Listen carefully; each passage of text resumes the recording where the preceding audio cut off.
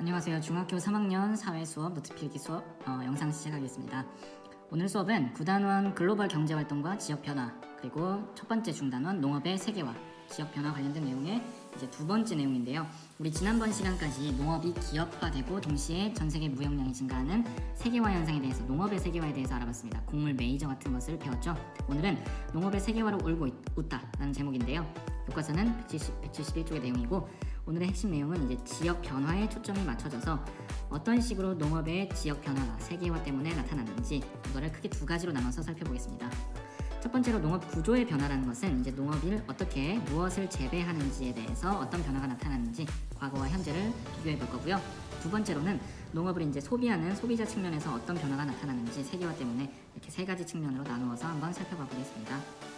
첫 번째는 농업 구조의 변화인데요. 이제 과거와 현재 이런 식으로 하나하나씩 살펴볼게요. 첫 번째는 과거에는 주로 집에서 먹을 목적으로 쌀이나 밀 같은 것들을 재배했죠. 그런 것들을 뭐라고 하냐면 식량작물이라고 합니다. 우리의 식량이 되는 것들. 그래서 식량작물은 소비를 목적으로 합니다. 집에서 가족들이랑 나눠 먹기 위해서 이렇게 크게 재배하는 게 아니라 우리가 필요한 것을 논밭에서 가꾸는 것, 쌀이나 밀가루 같은 것들. 주로 예전에는 그랬다는 겁니다. 근데 현대로 올수록 무엇이 증가하냐? 식량작물과 반대로 우리는 상품작물이라는 용어를 씁니다. 상품작물의 재배가 증가했다. 과거에는 식량작물의 재배가 주를 이루었는데 이렇게 차이가 난다는 겁니다. 상품작물이라는 건, 우리 상품이라는 건 돈 주고 파는 그런 거잖아요. 그래서 상품작물에서의 가장 큰 목적은 소비가 목적이 아니고요. 상품작물은 판매가 목적입니다. 판매가 목적이려면 좀 돈이 잘 되는 걸 재배를 해야겠죠. 그래서 판매를 목적으로 하기 때문에 주로 상품작물은 어떤 것들이 있냐면 과일 비싸죠. 그리고 기호작물이라는 것들이 있습니다. 기호작물은 꼭 우리가 살아가는데 없으면 굶어 죽진 않아요. 근데 사람들이 좋아하는 것들이 있습니다. 그런 거 소비가 이제 증가하고 있어요. 과일, 기호작물 예를 들면 커피, 아니면 여러분 달달한 거에 다 이제 들어가는 사탕수수, 아니면 초콜릿의 원료인 카카오, 이런 것들이죠. 자, 이런 걸 우리가 없다고 굶어 죽진 않지만 사람들이 이제 선진국이 될수록 이런 걸 좋아하기 때문에 등등등 이 두 가지는 이제 가격이 매우 높습니다. 비싸기 때문에요. 현대로 올수록 이런 상품작물의 재배가 증가했다라는 게 첫 번째 구조의 변화입니다. 두 번째는요. 예전에는 밭도 개인들이 다 가지고 있었는데 크지가 않았어요. 그래서 적은 면적의 논밭에 여러 가지 필요한 것들을 재배했습니다. 여러 가지 작물들. 아까는 쌀이랑 밀이 주식이기 때문에 두 가지만 얘기했지만 집에서나 아니면 공동 마을 텃밭에서 그 사람들이 먹기 위해서 필요한 것들을 조금씩 다 나누어서 재배했다는 겁니다. 가장 많이 먹는 쌀을 이렇게 논에서 재배하고, 밭에서는 마늘, 파, 고추, 호박 이런 것들을 이렇게 소소하게 재배했다는 건데요. 요즘으로 올수록 어떻게 되냐면 기업들이 재배에 가담하기 시작했죠. 그러면서 기계를 통해 아주 넓은 면적을 농지로 바꿨다고 했습니다. 비행기 한번 슝 지나가고 또는 자동차를 이용해서. 근데 이 넓은 면적에 여러 가지 다양한 작물을 나눠서 하는 게 아니라 그냥 한 개 또는 많아야 두 개 정도의 작물만 아주 소규모, 규모가 작은 게 아니라 이제 종류를 작게 해서 재배를 합니다. 자, 왜 이럴까요? 그 중에서도 이제 이 한두 개의 작물은 뭐냐면 여기서 많이 봤던 과일과 기호작물에 해당합니다. 이 돈 되는 거 한두 개만 딱 정해서 엄청나게 넓게 재배를 하는 겁니다. 그러면 좋을 것 같은데 약간의 문제는 있어요. 뭐냐면 이런 식으로 넓은 면적에 한두 개의 작물만 재배를 많이 하게 되면 문제점이 이 식물들이 경쟁력이 이제 서로 다 같은 애들만 있다 보니까 한번 병이 돌면 다 똑같이 병이 순식간에 퍼질 수가 있습니다. 그리고 추가적으로 우리가 이제 살아가는 데 필요한 식량작물 이런 게 부족해지는 그런 문제가 발생할 수가 있어요. 왜냐면 다 너도 나도 쌀이나 밀을 재배하지 않고 다 돈 되는 사탕수수만 넓게 재배하는 거예요. 그러면은 문제가 되겠죠.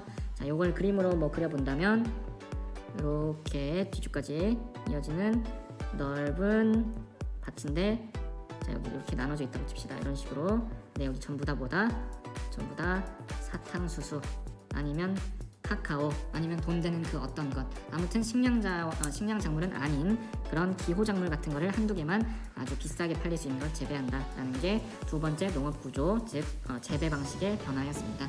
넓은 면적에 한두 개 작물만 재배한다. 다음으로는 농산물의 소비 특성, 우리가 이제 소비자로서 어떤 특징을 이제 가지게 되는지 변화에 대해서 살펴볼 텐데요. 첫 번째 가장 중요한 것은 이제 국내에서만 소비되던 농산물이 이제 외국과 교류가 많아지면서 농산물 시장이 외국에 개방됐습니다. 즉 오픈됐다는 얘기죠.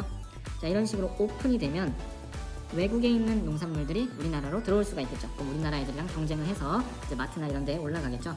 근데 이때 중요한 게 그냥 예전에는 그냥 들어오는 게 아니었어요. 외국 애들한테는 특별히 돈을 더 받았습니다. 그런 걸 세금이라고 하는데 관세라고 합니다. 그런데 외국과 이제 무역이 너무 많아졌기 때문에 무역을 좀 자유롭게 좀 하자. 왜 그렇게 외국 거에만 관세를 받고 세금을 받아서 불편하게 만들어? 우리 FTA라고 하는 건데 자유무역 협정을 통해서 서로 세금 받지 말자. 좀 그런 거 하지 말고 편하게 하자라고 하는 게 바로 자유무역 협정입니다. 그래서 무역할 때 세금 받지 말도록 관세라고 합니다. 그런 것을. 자, 이렇게 하면은 이제 농산물이 더 오픈이 되겠죠. 그럼 외국계 많이 들어오겠죠. 그러면 외국계 더 싸면 우리는 입장에서 소비자 입장에서 더 좋은 걸 싸게 살 수 있는 겁니다.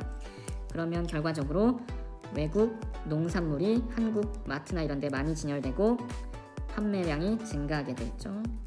왜냐면 가격이 상대적으로 저렴한 것들이 많이 들어오기 때문에. 우리나라 여기 옆에서 따뜻하게 그 비닐하우스에서 사탕수수 재배할 수 있죠.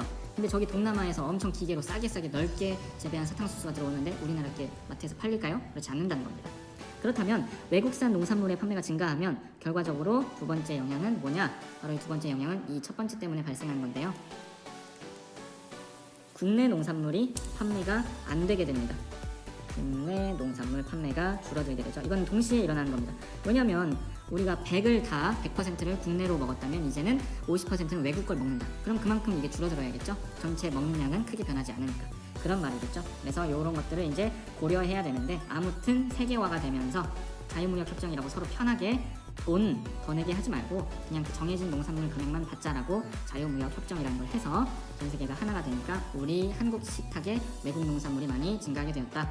두 번째, 요즘에는 이제 음식물이나 이런 농산물들도 배달이 아주 잘 되죠. 즉 유통하는 시간이 아주 길어지게 되었습니다. 물론 자동차가 발달하면서 시간은 빨라졌죠. 하지만 외국 농산물이 들어온다는 측면에서 이 유통 시간이 길어졌다고 얘기하는 겁니다. 자, 여기 외국 농산물 판매가 증가하면서 이게 이렇게 영향을 준 겁니다. 다 이어져 있어요. 그러니까 외국에서 비행기 타고 오랫동안 들어오기 때문에 이걸 상하지 않게 하려면 어떻게 해야 될까요? 그럼 여기다가 상하지 않는 약품 같은 걸 많이 쳐야겠죠. 그리고 재배할 때도 외국 애들께 이제 깨끗하게 잘 들어오려면 재배 과정에서 농약을 많이 치고 상하지 말라고 방부제 같은 거를 많이 칩니다. 그럼 이게 결과적으로 우리 소비자들의 몸에 나쁜 영향을 끼치겠죠. 그래서 결과는 소비자의 건강 또는 환경을 악화시킬 수 있다. 환경에 나쁜 영향을 미친다. 자, 이게 두 번째 농산물 소비 특성의 변화이고요. 마지막은 우리가 요즘에는 고기를 많이 먹어요. 예전에 한국인들은 쌀이 주식이었고 반찬 몇 가지 고기 좀 들어가면 그래서 고기 반찬 하면 되게 대단한 것 같은 느낌이 들었는데 요즘에는 이 소고기나 돼지고기만 먹고 밥을 적게 먹는 게 뭔가 좀 트렌드, 운동하는 사람의 막 그런 것처럼 느껴지잖아요. 근데 그러면서 변화가 나타났다는 겁니다. 육류, 즉 소고기를 많이 소비하게 되면요. 그 소가 엄청 많이 먹죠. 이런 우리가 소고기를 얻기 위해서는 소가 먹는 작물이 필요합니다. 그게 뭐냐면 옥수수랑 콩이에요. 선생님, 소가 풀을 먹지 않나요? 왜 옥수수랑 콩을 먹죠?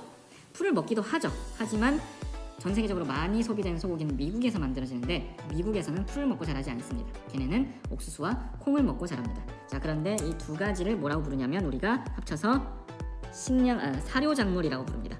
즉 소가 먹는 사료가 된다는 거예요. 그래서 사료작물에는 옥수수나 콩 이런 것들이 있는데 우리가 고기를 많이 먹을수록 이런 사료작물들도 같이 소비가 증가하게 되는구나. 그래서 우리나라에서 한우가 많아질수록 외국에서 미국에서 옥수수나 콩을 많이 들여오게 된다. 그런 얘기가 되겠습니다. 얘네가 옥수수랑 콩을 먹어야 좀 이렇게 마블링이 많이 생기고 그런 것들이 있거든요. 자, 그래서 세 번째 농산물 소비의 특성 여기까지 살펴봤고요. 오늘은 농업활동에 이제 세계화되면서 그로 인한 지역 변화를 재배하는 농업 재배의 측면과 농업 소비의 측면으로 나누어서 이렇게 살펴봤습니다. 자, 오늘 수업은 여기까지 정리하도록 하겠습니다. 수고했습니다.